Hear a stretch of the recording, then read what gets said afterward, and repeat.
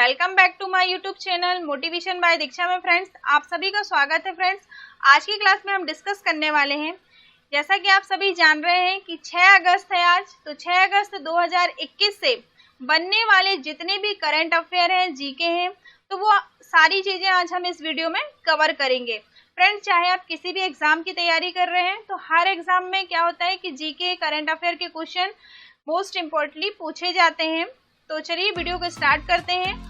और वीडियो को स्टार्ट करने से पहले हमारे चैनल पे जो भी नए यूज़र हैं, तो प्लीज़ चैनल को सब्सक्राइब कर लीजिए, जिससे मैं जो भी वीडियो अपलोड करूं तो सबसे पहले नोटिफिकेशन आपको मिले। तो पहला क्वेश्चन ये रहा आप सभी के सामने। फ्रेंड्स, इससे आप अपना लॉजिक भी लगा सकते हैं और मुझे कमेंट में बता भी सकते हैं कि आपके 10 में से कितने क्वेश्चन के आंसर करेक्ट हैं। फर्स्ट क्वेश्चन है, किस राज्य की सरकार ने बेरोजगारी खत्म करने के लिए हरहित स्टोर योजना, हरहित स्टोर स्कीम को शुरू किया है? इसके ऑप्शन है हरियाणा, राजस्थान, गुजरात या पंजाब। तो इसका जो करेक्ट आंसर है फ्रेंड्स, वो आएगा हमारा हरियाणा। तो हरियाणा राज्य की जो सरकार है, इन्होंने क्या किया है कि बेरोजगारी खत्म करने के लिए हरहित स्टोर योजना शुरू की है।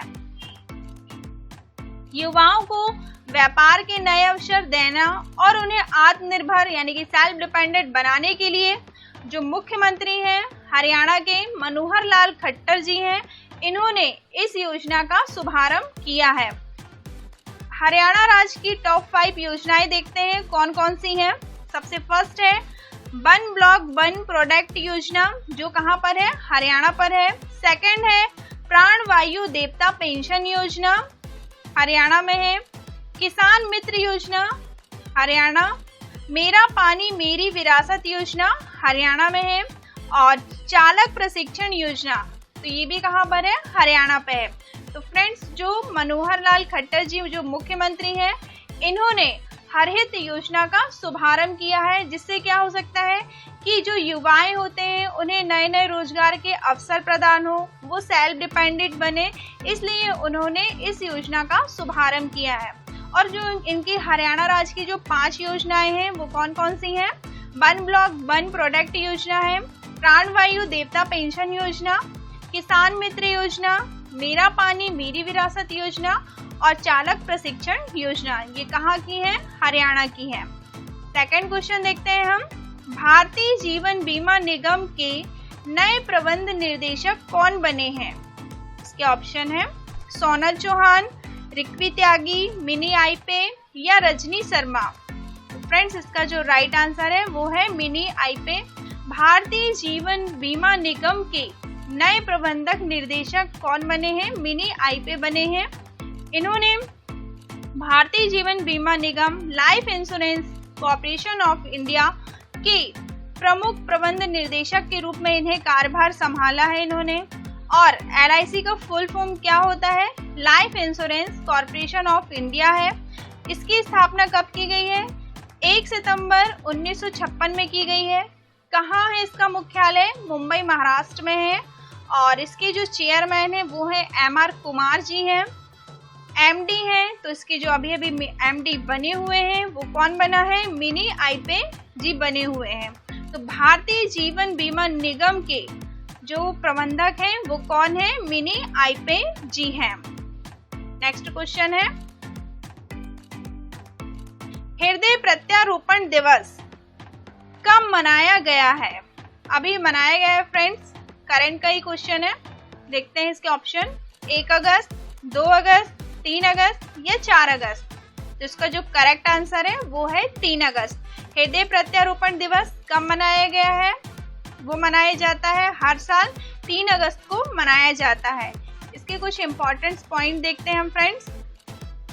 3 अगस्त को पूरे भारत में हृदय प्रत्यारोपण दिवस मनाया जाता है। और सबसे पहले ये भारत में कब मनाया गया था?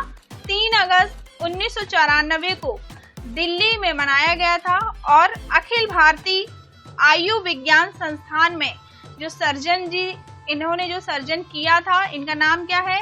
P वेणुगोपाल ने इनका सर्जन किया था। और इस सर्जन में 20 सर्जन ने योगदान दिए थे। और यह कितने मिनट में सफल हुआ था? 59 मिनट में यह जो सर्जरी है वो सफल हुई थी। 3 अगस्त को पूरे भारत में क्या मनाया जाता है? हृदय प्रत्यारोपण दिवस मनाया जाता है।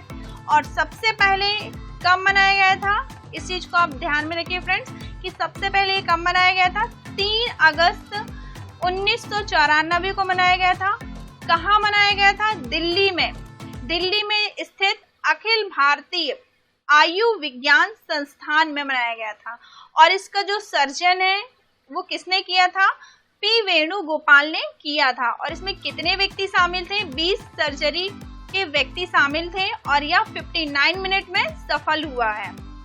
अगला क्वेश्चन है, भारत की सबसे हल्की मेट्रो ट्रेन पुणे मेट्रो के लिए किस देश से भेजी गई है? इसके ऑप्शन देखते हैं हम। इटली, चाइना, जर्मनी या जापान।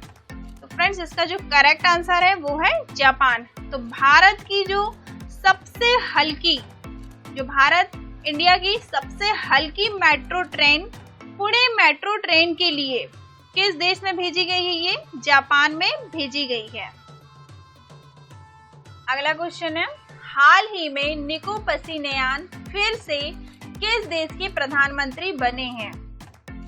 तो फ्रेंड्स इसका जो करेक्ट आंसर होगा वो क्या होगा? आर्मेनिया। तो आर्मेनिया जो है वो हाल ही में निको पसिन्यान के प्रधानमंत्री बने हुए हैं।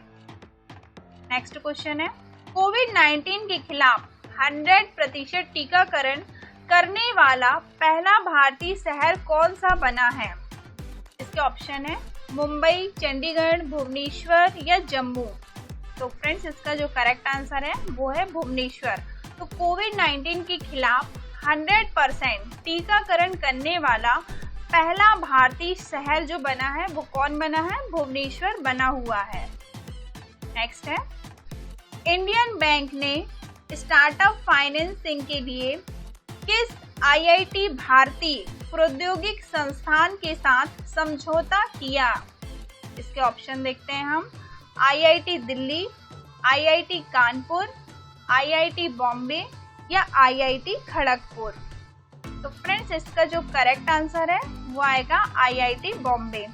तो जो इंडियन बैंक ने स्टार्टअप फाइनेंसिंग के लिए आईआईटी बॉम्बे भारतीय प्रौद्योगिक संस्था के साथ इन्होंने समझौता किया। आईआईटी का फुल फॉर्म है इंडियन इंस्टीट्यूट ऑफ टेक्नोलॉजी, जो कि किसके साथ इन्होंने समझौता किया है? भारतीय प्रौद्योगिकी संस्था के साथ इन्होंने समझौता किया है। नेक्स्ट क्वेश्चन है, किस केंद्र शासित प्रदेश में मालदीव शैली के वाटर विला स्थापित किए जाएंगे? इसके ऑप्शन है अंडमान और निकोबार, पौंडीचेरी, लक्षद्वीप या चंडीगढ़। तो इसका जो करेक्ट आंसर होगा फ्रेंड्स वो होगा हमारा लक्षद्वीप। तो लक्षद्वीप एक केंद्र शासित प्रदेश है जो कि मालदीव में वाटर विला स्थापित किए जाएंगे। आप वाटर विला जान सकते हैं, देख सकते हैं फ्रेंड्स इमेज के माध्यम से कि इनके ऊपर क्या बनाए जाते हैं? घर बनाए जाते हैं, जिससे ये घर क्या हो, बहुत सुंदर तरीके से दिखाए जाते हैं, जिसमें लक्षद्वीप में पर्यटक को प्राकृतिक सुंदरता की ओर क्या किए जाते हैं? सबसे ज्यादा इन्हें आकर्षित करते हैं। तो ये कहाँ बनाया गया है? ये वाटर विला लक्षद्वीप में बनाया गया है। इसके कुछ इंपॉर्टेंट पॉइंट्स देखते हैं हम। सबसे फर्स्ट पॉइंट है इसमें कि जो लक्षद्वीप में जो वाटर विला बनाया गया है उसमें जो लागत लगी है वो 800 करोड़ रुपए की लागत लगी हुई है। सेकंड है, यह प्रोजेक्ट भारत में अपनी तरह का एक पहला प्रोजेक्ट है। यह भारत में कैसा प्रोजेक्ट है? अपनी तरह एक पहला प्रोजेक्ट है। यहाँ पर क्या होता है कि सौर ऊर्जा से चलने वाली और पर्यावरण के अनुकूल जो विला के माध्यम से विश्व स्तरीय सुविधाएं प्रदान की जाएंगी। ये यहाँ के फीचर्स हैं, कुछ इंपॉर्टेंट पॉइंट्स हैं। और ये विला जो लक्षद्वीप में है इसमें 3 द्वीपों में स्थापित किए जाएंगे। 3 द्वीप कौन कौन से हैं? मिनिकॉय, सुहेली और कदमत। ये 3 द्वीप हैं, आप इनको देख सकते हैं फ्रेंड्स। कई बार एग्जाम में क्वेश्चन आपसे कुछ भी पूछ सकता है कि जो विला है लक्षद्वीप में स्थापित किए गए हैं, तो कौन से 3 द्वीप में स्थापित किए गए हैं? मिनिकाय, सुहेली और कदमत जो द्वीप है वहां पर ये विलय स्थापित किए जाएंगे। और यहाँ पर क्या होगा, 3 द्वीपों में कुल 370 कमरे उपलब्ध कराए जाएंगे। टोटल 3 द्वीपों में कितने कमरे होंगे, इसमें 370 कमरे प्रोवाइड किए जाएंगे, जो कि सार्वजनिक, निजी तथा भागीदारी मॉडल के तहत इन विलों का निर्माण कराया जाएगा। तो ये जो लक्षद्वीप में कहाँ स्थापित हुआ है, ये जो विला है वो केंद्र शासित प्रदेश में लक्षद्वीप में ये स्थापित है। अगला क्वेश्चन है, इटली के लग्जरी ब्रांड ने किसे अपना वैश्विक ब्रांड एम्बेसडर नियुक्त किया है? ये ऑप्शन है श्रेया सिंह, आलिया भट्ट, प्रियंका चोपड़ा या श्रद्धा कपूर। तो फ्रेंड्स इसका जो करेक्ट आंसर होगा वो क्या है हमारा, प्रियंका चोपड़ा। तो प्रियंका चोपड़ा है, इन्हें हाल ही में, ये अभिनेत्री है प्रियंका चोपड़ा, तो इन्हें हाल ही में इटली के लग्जरी ब्रांड के रूप में इन्हें वैश्विक ब्रांड एम्बेसडर के रूप में नियुक्त किया है। इसके कुछ इंपॉर्टेंट पॉइंट्स देखते हैं। जो ब्रांड एम्बेसडर है वो अपने रत्न आभूषण जैसे घड़ियां हो गई और चमड़े के सामान हो गए, उनके लिए ये सबसे ज्यादा ये जाने जाते हैं। नेक्स्ट क्वेश्चन है, स्वतंत्रता दिवस 2021 में मुख्य अतिथि के रूप में कौन शामिल होंगे? फ्रेंड्स अभी ये करंट का क्वेश्चन है कि 15 अगस्त 2021 को मुख्य अतिथि के रूप में किसे शामिल किया जाएगा? तो फ्रेंड्स इसका जो करेक्ट आंसर है वो आएगा हमारा, क्या होगा, ओलंपिक दल। तो जो ओलंपिक दल के जो लोग होते हैं, जो कि इस बार क्या हुआ था कि टोक्यो ओलंपिक में इन्हें शामिल किया गया था, भारतीय ओलंपिक दल, जिन्हें प्राइम मिनिस्टर क्या करेंगे, 15 अगस्त को ये शामिल करेंगे। और ये 15 अगस्त जो 2021 को जो मनाया जाएगा वो 75वां होगा, जिसमें मुख्य अतिथि के रूप में इन्हें शामिल किया जाएगा। प्रधानमंत्री नरेंद्र मोदी 15 अगस्त को लाल किले में भारत के ओलंपिक दलों की विशेष अतिथि के रूप में इन्हें आमंत्रित करेंगे, जब वह अपना 8वां स्वतंत्रता दिवस पर भाषण देंगे। और इस वर्ष जो भारत का प्रतिनिधित्व है, उन्होंने कितने दलों को मंजूरी दी है, मजबूत बनाया है, 228 मजबूत दल के द्वारा किया जाएगा, जिसमें टोक्यो ओलंपिक में 120 एथलीट शामिल किए जाएंगे। तो फ्रेंड्स जो अभी 15 अगस्त 2021 को विशेष अतिथि के रूप में किसे आमंत्रित किया जा रहा है, ओलंपिक दलों को शामिल किया जा रहा है। नेक्स्ट क्वेश्चन है, हाल ही में भारत के पहले भूकंप मोबाइल ऐप का अनावरण किस राज्य ने किया है? इसके ऑप्शन है असम, उत्तराखंड, सिक्किम, बिहार। तो इसका करेक्ट आंसर है फ्रेंड उत्तराखंड। अभी करंट में ही हाल ही में क्या हुआ है, जो भारत की पहले भूकंप मोबाइल ऐप का अनावरण किस राज्य ने किया है, उत्तराखंड राज्य ने किया है। तो भारत के पहले भूकंप पूर्व चेतावनी प्रणाली में बुधवार को पुष्कर सिंह धामी ने इसका अनावरण किया है। पुष्कर सिंह धामी जो हैं वो उत्तराखंड के मुख्यमंत्री हैं। इन्होंने भूकंप अलर्ट नामक अपनी तरह एक पहला भूकंप पूर्व चेतावनी मोबाइल एप्लीकेशन इन्होंने लॉन्च किया है। ऐप को उत्तराखंड राज्य आपदा प्रबंध, जिसे हम क्या कह सकते हैं, USDMA, तो इसका जो फुल फॉर्म क्या होगा friends, Uttarakhand state disaster management authority, जिसका डेवलपमेंट कहाँ किया जाएगा, IIT रुड़की में इसे डेवलपमेंट किया जाएगा। तो पुष्कर सिंह धामी हैं, इन्होंने कौन सा ऐप लॉन्च किया है, भूकंप जो पहला लॉन्च इन्होंने ऐप किया है एप्लीकेशन, इसका क्या नाम है, भूकंप पूर्व चेतावनी मोबाइल एप्लीकेशन।